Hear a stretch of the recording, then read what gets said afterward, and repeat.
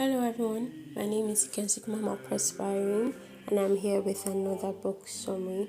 We're still on our series on the book, The Living Prayer, and we're in the third chapter and the fourth episode of this series. This chapter is titled The Prayer of Bartimaeus. In this chapter, we enter the world of Bartimaeus, a blind man sitting on the roadside just outside Jericho. Forgotten by most, surviving on the mercy of strangers. His story, recorded in Mark 10:46-52, is more than a healing miracle. It's a raw, powerful moment that reveals something profound about what real prayer looks like when we have come to the end of ourselves.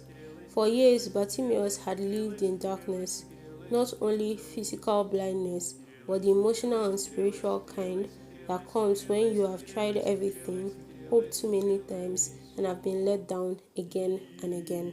We have all been there in one way or another, waiting for the breakthrough that doesn't come, praying prayers that seem to go unanswered, wondering if God still sees us, still hears us, or still cares about us.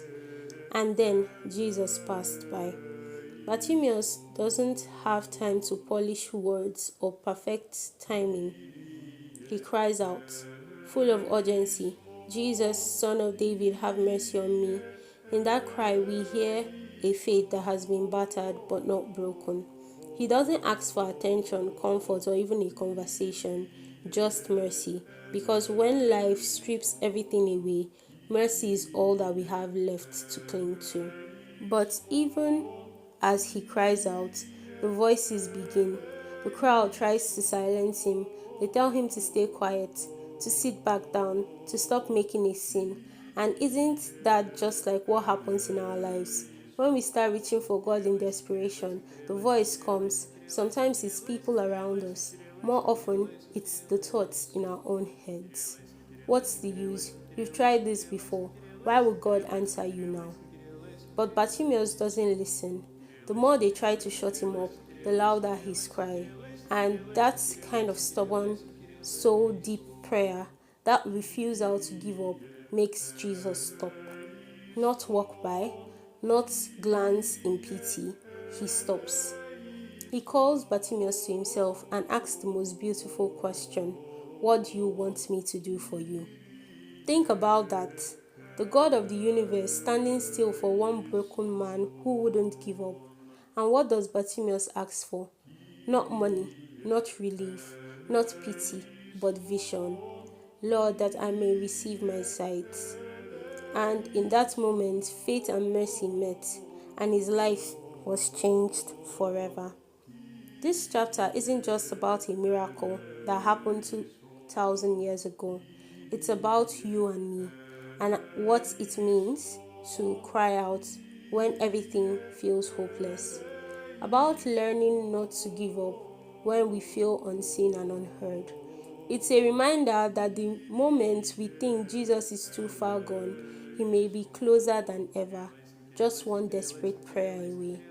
Whether you're battling with a long-term struggle, praying for something that seems impossible, or just needing fresh hope, the story of Bartimaeus teaches us this: it's okay to cry out, it's okay to be loud, it's okay to throw away the garment of your old identity, the safe and familiar place of disappointment, and rise when Christ calls you.